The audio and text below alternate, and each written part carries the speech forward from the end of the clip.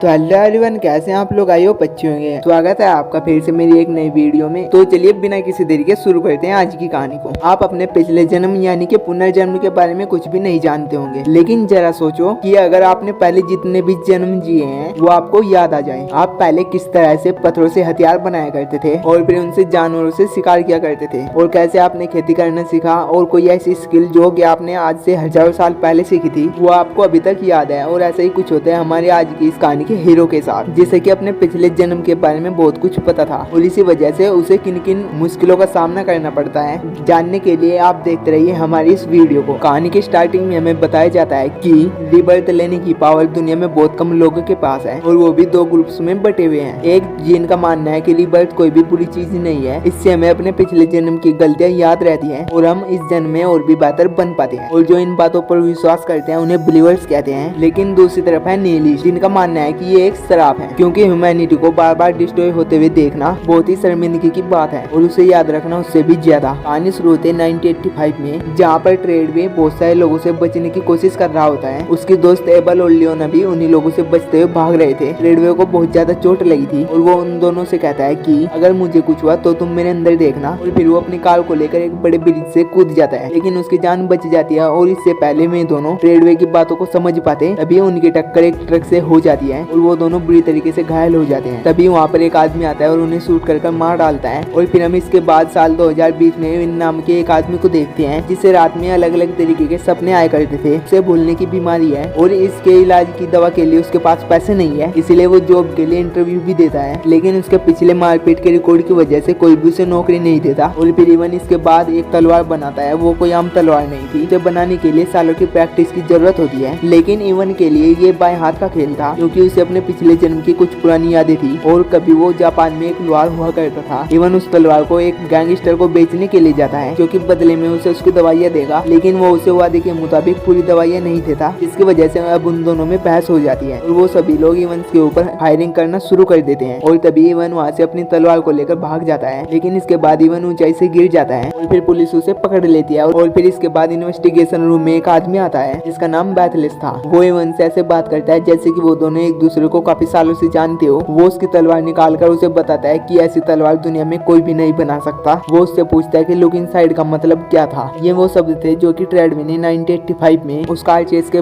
दौरान बोले थे। इसका मतलब इवन ट्रेडवे का ही पुनर्जन्म है। तभी बैथलिस्ट उसके सामने कुछ चीजें रखता है और उन्हें याद करने के लिए कहता है, लेकिन इवन उससे कहता है कि उसे कुछ भी याद नहीं है। इसके बाद बैथलिस्ट उसके सर पर गन रखकर पूछने लगता है, और जब इवन उससे कहता है कि मुझे कुछ भी याद नहीं है तो वो ट्रिगर दबा देता है। और फाइनली मौत के डर से इवन को कुछ याद आने लगता है। लेकिन तभी दीवारों को तोड़कर एक लड़की वहाँ पर आ जाती है और वो इवन को अपने साथ उस जेल से बाहर निकाल लेती है। इस लड़की का नाम नोरा है और ये लियोना की रीबर्थ है, जिसकी 1985 में डेथ हो गई थी। इसके बाद में दोनों काफी भागने के बाद बैथलिस्ट के हाथों से बच जाते हैं, क्योंकि वो बैथलिस्ट ही था जिसने 1985 में इन्हें शूट करके मार दिया था। नोरा इवन को उसकी पिछली लाइफ के बारे में बता दिया, लेकिन इवन को अपने पुराने जन्म के बारे में कुछ भी नहीं पता था और उसे नोरा की बातों पर बिल्कुल भी विश्वास नहीं था। पहले तो वो उसके साथ चलने से मना कर देता है, लेकिन नोरा उससे कहती है कि अगर तुम ये जानना चाहते हो कि ये सपने तुम्हें क्यों आते हैं तो तुम मेरे साथ चलो। और इसके बाद इवन उसके साथ चलने के लिए तैयार हो जाता है। इसके बाद हम बैथलिस्ट को देखते हैं जो कि किसी तरीके का रिचुअल कर रहा था। उसके लोग उसे उस आदमी के बारे में बताते हैं जिसने बिलीवर्स को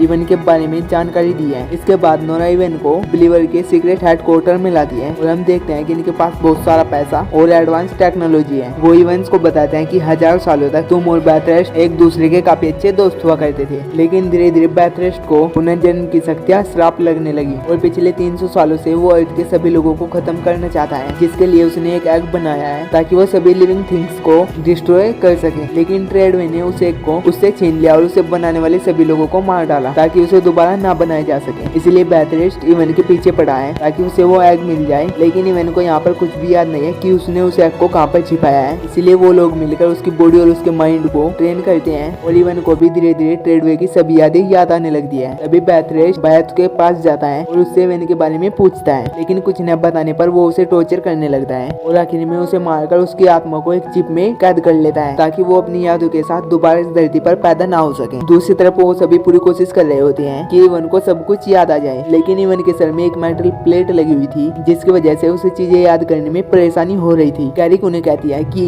इस तरीके से उसकी यादें वापस नहीं आने वाली, इसलिए वो इवन को आर्टिसन के पास ले जाते हैं, जो कि ह्यूमन ब्रेन को स्टडी किया करता है। वो सभी उसके पास जाते हैं, लेकिन इसी बीच बैथरेस्ट उनके हेडक्वार्टर्स पर हमला कर देता है और कैरी को ब्लैकमेल करके उससे सारी जानकारी ले लेता है। आर्टिसन इवन को बताता है कि इस विजुअल में तुम्हारी जान भी जा सकती है, क्योंकि उसके मरने तक उसे पानी से भरे टैंक में रखना होगा। जब इवन अंदर जाता है तो उसे वही कार चीज याद आने लगती है, लेकिन उसका दम भी घुटने लगता है, लेकिन वे उसे बाहर नहीं निकाल सकते थे। बैथरेस्ट ये सब कुछ होता हुआ देख ही रहा था। फिर जब इवन को वहाँ से बाहर निकल जाता है तो वो मर चुका था। अब इन सभी की आखिरी उम्मीद भी जा चुकी थी। अब बैथरेस्ट को भी लगा था कि अब उसे अगले जन्म तक इंतजार करना होगा, लेकिन तभी इवन को होश आ जाता है और उसे याद आता है कि ट्रेडवे ने उसे को अपने पेट के अंदर छुपा लिया था, क्योंकि उसको पता था कि कोई भी उसकी बॉडी को चेक नहीं करेगा, इसलिए उसने मरने से पहले लुक इनसाइड कहा था। ट्रेडवे की बॉडी उनके हेडक्वार्टर्स में थी, लेकिन बैथरेस्ट वहाँ पर पहले पहुंचकर उसकी बॉडी को वहाँ से बाहर निकाल लेता है। अब इनके ऊपर भी फायरिंग होना शुरू हो जाती है, जिसमें कि इवन को गोली लग जाती है, लेकिन उनका टीममेट उन्हें यहाँ से आगे बढ़ने के लिए कहता है और वो यहाँ पर रुककर बैथरेस्ट से फाइट करता है। लेकिन बैथरेस्ट बहुत ही पावरफुल होता है और वो उसे आसानी से मार देता है। ट्रेडवे की बॉडी को स्कॉटलैंड लाया जाता है और बैथरेस्ट उसकी बॉडी से उस एग को निकाल लेता है। और फिर जब इवन को होश आता है तो उसे पता चलता है कि नोरा के लिए बैथरेस्ट को रोकने के लिए गई है। नोरा बैथरेस्ट को एम करके उसे शूट करती है, लेकिन वो बच जाता है। वो उसके पीछे ड्रोन लगा देता है, जो कि उसके ऊपर गोलियां बरसाने लगते हैं। अब नोरा भी जंगल के रास्ते से होते हुए यहाँ से बाहर निकलती है, लेकिन वहाँ पर भी सोल्जर्स उसे मारने के लिए तैनात होते हैं और इससे पहले कि वो उनके हाथों मारी जाती, इवन उसे वहाँ से बाहर निकाल लेता है। ये दोनों बैथरेस्ट के पीछे जा रहे थे, लेकिन एक लड़की उन्हें शूट कर देती है और उनका एक्सीडेंट हो जाता है। नोरा को अब चोट लग चुकी थी और वो इवन को यहाँ से आगे चलने के लिए कहती है। तो बैथरेस्ट ने जिन आत्माओं को कैद किया था वो उन्हें आजाद करने के लिए जाती है, लेकिन उसे वही लड़की मिलती है और उन दोनों के बीच में फाइट होना शुरू हो जाती है। नोरा बहुत ज्यादा घायल थी, इसलिए वो लड़की से आसानी से मार पा रही थी, लेकिन फाइनली नोरा उसे मार डालती है। अब वो आगे जाने लगती है, तभी सोल्जर्स उसके ऊपर दोबारा से निशाना साधने लगते हैं, लेकिन आर्टिसन यहाँ पर आकर अपने जहाज से उन्हें मार डालता है। अब वे दोनों अंदर आते हैं और वो उन सभी को देखते हैं जिन्हें बैथरेस्ट ने कैद किया था। अब दूसरी तरफ इवन भी उनके प्लेन का पीछा कर रहा था। वो अपनी बाइक से एक लंबी जंप लगाता है और सीधा जाकर बैथरेस्ट के प्लेन के विंग्स पर लटक जाता है, जिसकी वजह से उनका फैन ब्लास्ट होने लगता है और प्लेन आउट ऑफ कंट्रोल होकर क्रैश होने लगता है। अब बैथरेस्ट भी पूरी कोशिश कर रहा था कि वो प्लेन से गिर जाए, लेकिन उसे याद आता है कि उसके पास एयर को बैंड करने की पावर है। वो आसानी से उस प्लेन के ऊपर बैलेंस कर पा रहा था। अब इवन प्लेन के अंदर आ जाता है और वो उस डिवाइस को देखता है और वो उसे अपनी तलवार से डिसमेंटल करने वाला था कि तभी बैथरेस्ट उसे शूट कर देता है। वो गोली उसके सिर में लगती है और बैथरेस्ट को लगता है कि अब ये मर गया, लेकिन इवन बच गया था, क्योंकि वो गोली उसके सिर में मेटल प्लेट पर लगी थी। अब उन दोनों के बीच में फाइट होना शुरू हो जाती है और उनका प्लेन भी क्रैश होने वाला था। बैथरेस्ट इवन को कहता है कि अब तुम इस डिवाइस को नहीं रोक पाओगे और उस डिवाइस को प्लेन से नीचे फेंक देता है, लेकिन उसके पीछे इवन भी प्लेन से कूद जाता है। इवन अपनी पावर से उस डिवाइस तक पहुंच जाता है। वो उसे डिस्ट्रॉय करने वाला था, लेकिन बैथरेस्ट उसे रोक लेता है और इन दोनों में फाइट हो जाती है, लेकिन इवन अपनी तलवार से उसे मार देता है और उस डिवाइस को तोड़कर उसमें से आग निकाल लेता है। बैथरेस्ट अपनी यादों के साथ दोबारा जन्म न ले सके, इसलिए वो उसे उसी की गन से शूट कर देता है। उसके बाद इवन नदी में गिर जाता है और वो इतना ज्यादा घायल था कि पानी में डूबकर उसकी जान चल जाती है। अब दूसरी तरफ नोरा भी उन सभी आत्माओं को आजाद कर देता है, जिसमें उसका बॉयफ्रेंड एबेल भी था, और उन्हीं के साथ वो खुद को भी सैक्रिफाइस कर देती है। इसके बाद हम देखते हैं कि वो सभी आत्माएं अलग अलग शहरों और अलग अलग देशों में जन्म लेती है और कई वर्षों के बाद लियोना और एबेल दोबारा से मिल जाते हैं। और हम